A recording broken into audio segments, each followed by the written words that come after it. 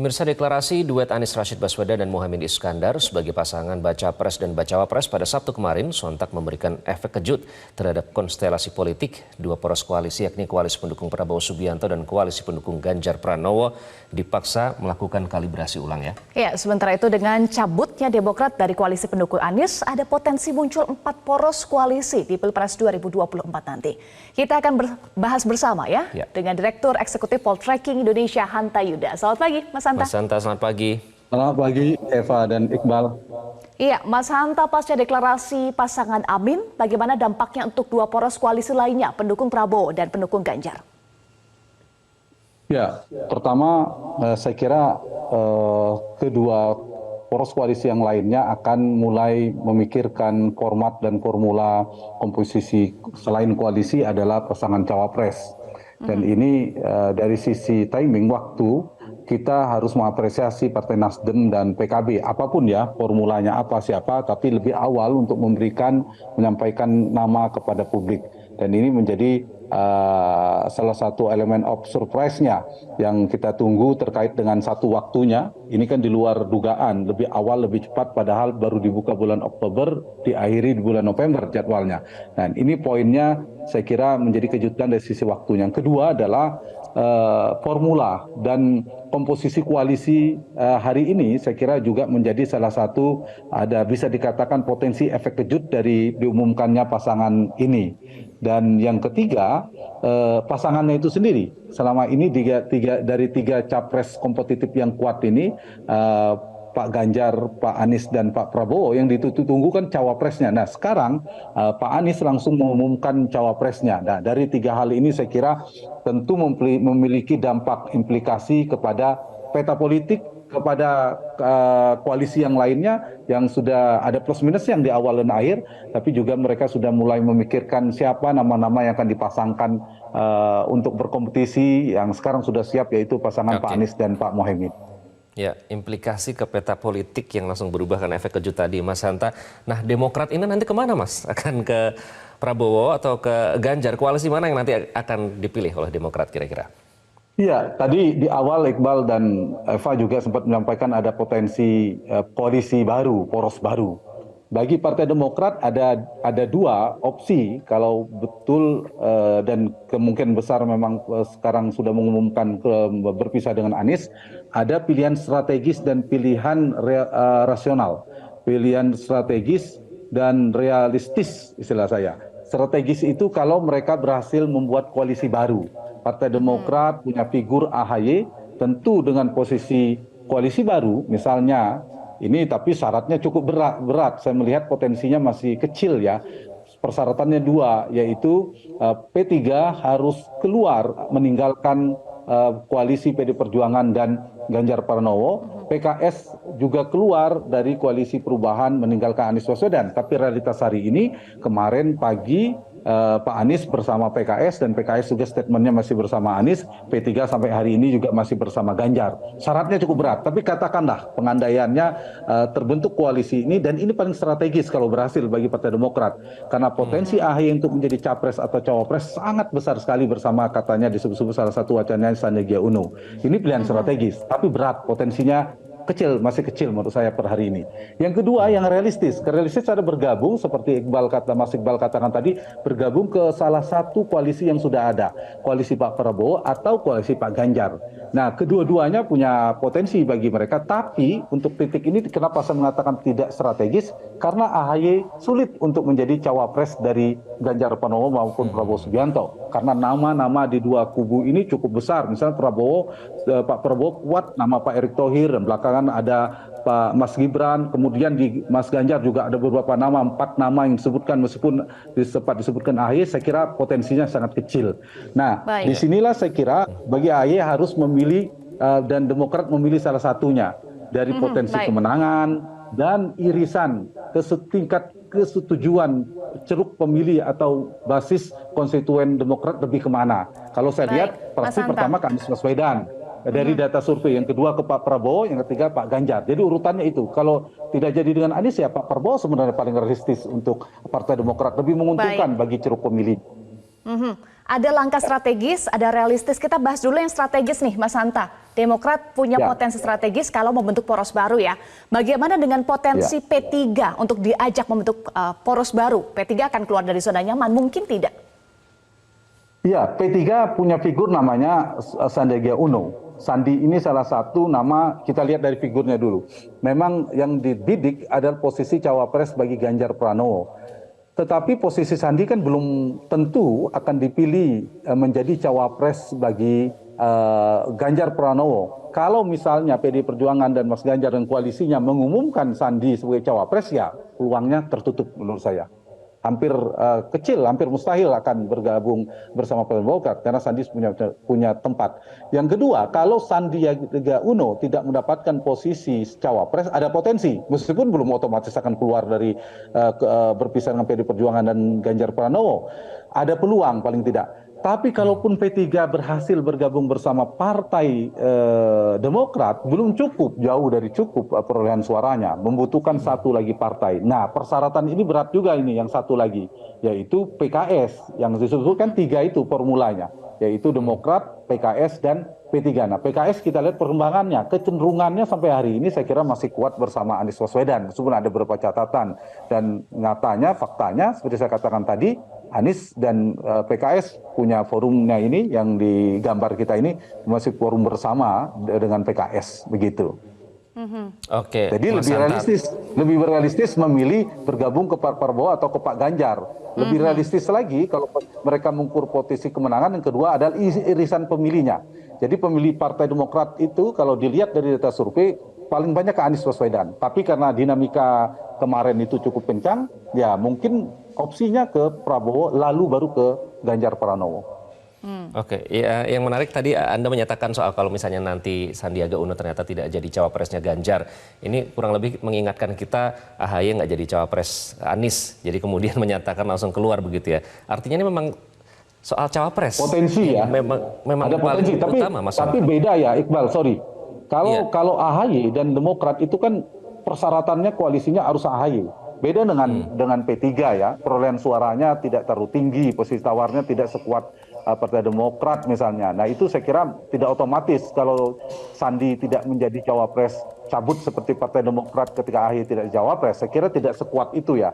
Kalau soal potensi ada saja. Kalau berhasil membentuk poros koalisi itu ada potensi. Karena dalam politik kan tidak ada yang tidak mungkin gitu. Tapi tidak sebesar peluang kita melihat Demokrat dan AHY cabut dari Anies ketimbang Sandi dan P3. Begitu. Baik. Kalau soal pilihan realistis tadi Mas Hanta sampaikan lebih condong ke Prabowo dulu baru ke Ganjar ya. Tapi kalau kita lihat faktor histori ini apakah memungkinkan karena sudah ada yang bergabung lebih dulu yakni PKN. Apakah dengan bergabungnya PKN ke pendukung Prabowo ini akan mempengaruhi karena punya faktor histori nih Demokrat dengan PKN? Iya, saya kira beberapa partai itu ada plus minusnya ya karena ada pertimbangan faktor figur elektoral, elektabilitas itu sangat besar dipersatukan. Jadi yang berjauhan secara ideologi, secara historis itu bisa aja gabung karena koalisi pilpres bukan partai sekedar partai saling berkoalisi, tapi ada faktor dikumpulkan magnet elektoralnya di figur si capresnya. Tapi juga ada opsi PD Perjuangan secara historis di luar soal faktor PKN tadi kan. PKN kan tidak terlalu secara perolehan suara belumlah signifikan. Nah, itu jadi opsi bagi partai Demokrat saya kira. Meskipun secara historis di luar itu lebih mungkin bersama dengan Pak Prabowo karena pernah bersama Pak Prabowo memang selama ini Partai Demokrat. Dengan Ganjar kecil karena apa? Karena dengan PDI Perjuangan. Tapi jangan lupa belakangan PDI Perjuangan membuka peluang itu. Pertemuan Mas AHY dan Mbak Puan itu menggambarkan potensinya. Jadi kalau ditanya hari ini masih 50-50 peluang Demokrat akan kemana. Dan saya katakan lebih ke Pak Prabowo dulu baru ke Pak Ganjar itu saya melihat dari data preferensi pemilih Demokrat. Itu kemana kecondongan pemilihnya. Kalau dilihat ya seperti saya katakan ke Mas Anies. Tapi karena Mas Anies sudah berpisah dengan Partai Demokrat ya Pak Prabowo, bukan pilihan Demokratnya ya, preferensi pemilihnya, cross tabulasi dari data survei itu baru ke Prabowo, baru ke Ganjar. Tapi itu masih dinamis menurut saya akan kemana ya gitu. Oke, masih Tapi dinamis kalau kita lihat. saya melihat potensinya tiga polar atau tiga kutub relatif lebih besar ketimbang 4 kutub. Meskipun peluang 4 kutub, 4 poros koalisi ada saat ini, tapi tidak lebih besar dibandingkan 3 poros Anies Baswedan, poros Ganjar Pranowo dan poros Prabowo Subianto. Saat ini yang real ya sudah cukup. Ganjar didukung oleh 2 partai yang di parlemen, lebih mungkin P3 3 dan kutub. Perjuangan gitu. Mas Hanta, kalau kita lihat memang tadi Anda menyebutkan PDIP sebenarnya masih membuka peluang. Oke, Mbak Puan Maharani memang ketemu ya dengan beberapa, kemarin sudah ketemu AHY, kemudian menyatakan akan ketemu beberapa tokoh parpol lain lagi. Tapi kan di situ ada Ibu Megawati Soekarno Putri, di Demokrat ada Susilo Bambang Yudhoyono. Kita tidak bisa mengesampingkan histori itu ya. Apakah ini mungkin artinya kemungkinan itu ya jauh lebih kecil untuk Demokrat bergabung ke PDIP kalau melihat histori yang itu? Betul, seperti saya katakan tadi, potensinya bagi Demokrat ini memang dilema ya. Tidak, yang paling bagus Demokrat itu adalah bergabung di tetap di koalisi perubahan. Itu paling pas.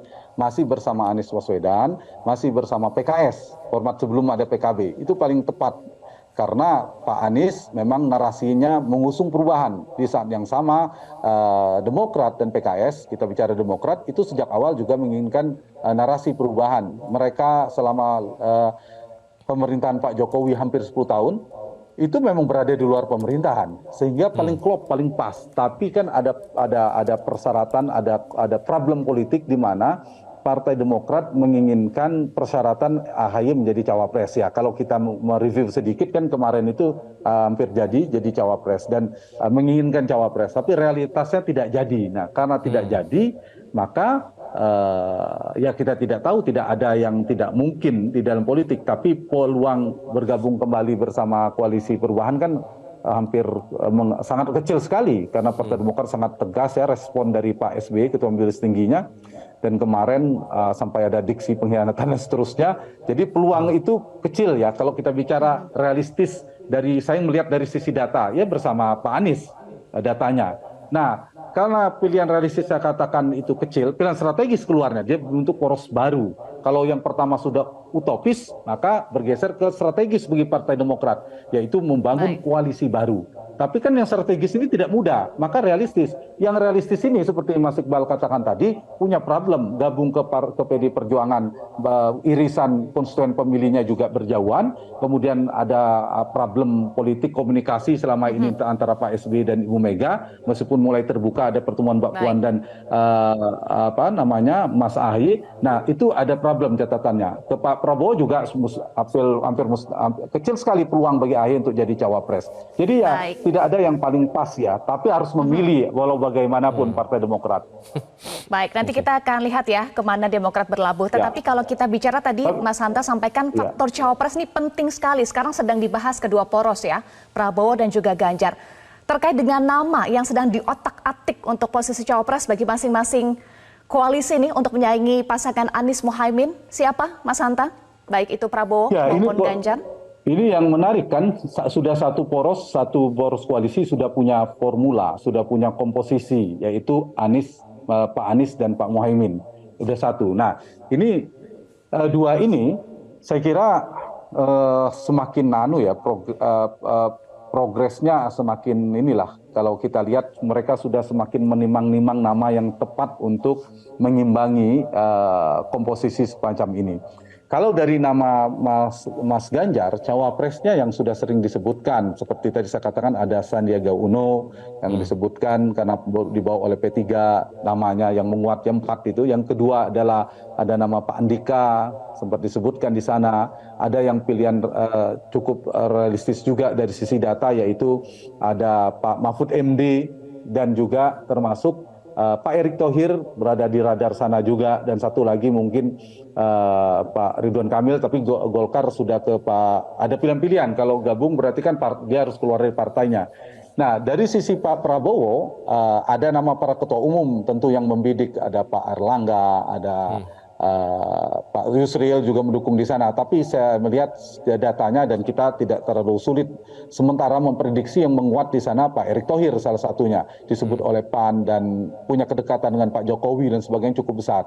Dan jangan lupa belakangan juga ada potensi kalau dikabulkan MK dan meskipun belum otomatis dimenangkan soal usia, Mas Gibran itu dipertimbangkan. Dari sisi Pak Prabowo menurut saya saat ini yang paling kuat di Mas Gibran dan Pak Erick Thohir. Di Pak Ganjar seperti saya katakan tadi. Itu kira-kira kecuali ada sesuatu yang kejutan ya seperti Pak Anies yang diprediksi antara AHY dan beberapa nama sempat ada Mbak Yeni, ada Ibu Kofifa sebelumnya dan seterusnya. Nah, tiba-tiba Pak Muhaimin. Nah, kita tidak harus membuka potensi Mas Ganjar maupun Pak Prabowo tiba-tiba ada nama yang baru seperti yang saya sebutkan. Tapi sampai saat ini ya potensi terbesar dari nama-nama yang saya sebutkan tadi. Nah, saya kira efek kejut dari Pak Anies dan Pak Muhaimin ini bagi pasangan ini dalam waktu dekat akan punya dampak ya, akan diukur tentunya. Dampak positifnya tentu punya potensi. Meskipun semua kandidat setelah mengumumkan dia akan masuk fase normalisasi. Semuanya, karena efek kejut mungkin ada tren naik, tapi begitu 1 minggu, 2 minggu, paling lama 1 bulan, itu sudah masuk fase normalisasinya. Gitu. Kalau berbicara soal dampak positif tadi Mas Hanta barusan menyebut ya, seberapa kuat sih Mas duet Amin ini mengingat yang pertama mendeklarasikan begitu otomatis yang lain juga jadi istilahnya ya bisa dibilang agak panik gitu ya karena sudah akhirnya dideklarasikan. Ketika ada seberapa kuat? Diumumkan Ganjar itu kan sempat turun dengan isu sepak bola pada saat itu. Tapi begitu PD Perjuangan mengumumkan ada sedikit efek tren kenaikan meskipun dinamis ya naik turun gitu. Saya yakin nanti siapapun ini sudah dimulai oleh Pak Anies dengan diumumkannya itu bagi Pak Anies ada tiga yang ditunggu oleh publik sebenarnya dari sisi waktu ternyata lebih cepat dari yang dipikirkan yang diprediksi oleh yang diharapkan oleh publik gitu. Satu itu. Yang kedua, Anies paling tidak mengirimkan pesan serius bahwa akan berlayar, akan segera tarung karena sudah cukup koalisinya. 2 partai pun antara Nasdem, partainya Pak Anies yang pertama mengusung Pak Anies, maksud saya, kemudian yang kedua PKB, tambah lagi tanpa PKS pun sudah cukup sebenarnya. Artinya ada kepastian, kalau sebelumnya orang memprediksi jangan-jangan Anies tidak bisa maju nih, tidak cukup karena ada beda dengan Demokrat seterusnya. Sekarang itu terjawab. Nah ini efek kejut yang saya kira positif, ternyata Anies maju. Orang yang ragu sebelumnya jangan-jangan nggak maju, tadinya dia ragu pilih Anies apa enggak, itu akan terkonfirmasi. Yang ketiga, soal kepastian cawapres, kita menunggu siapa cawapres. Nah ini akan juga masuk. Nah efek-efek dari ini akan diukur nanti. Meskipun setelah itu baik Pak Anies, Pak Ganjar maupun Pak Prabowo akan masuk zona fase normalisasi seperti apa. Dan Mas Iqbal, Mbak Eva, ada yang penting 2 hal ya sekarang. Fase yang perlu diukur dari Pak Anies ini. Dengan perginya Demokrat dan AHY, maka ini harus diukur sejauh mana potensi tergerusnya atau bermigrasinya masa pendukung Demokrat yang mendukung Pak Anies. Tapi di saat yang sama juga perlu diukur kedatangan Pak Muhaimin dan PKB yang berbasis NU itu juga ada potensi akan menambah. Misalnya 1 pergi, 2 datang atau sebaliknya. Nah ini yang saya kira diukur. Gitu. Kita nantikan apakah ada kejutan selanjutnya ya Mas Hanta yang menarik melihat konstelasi politik selanjutnya. Terima kasih Mas Hanta Yuda, Direktur Eksekutif Poltreking Indonesia.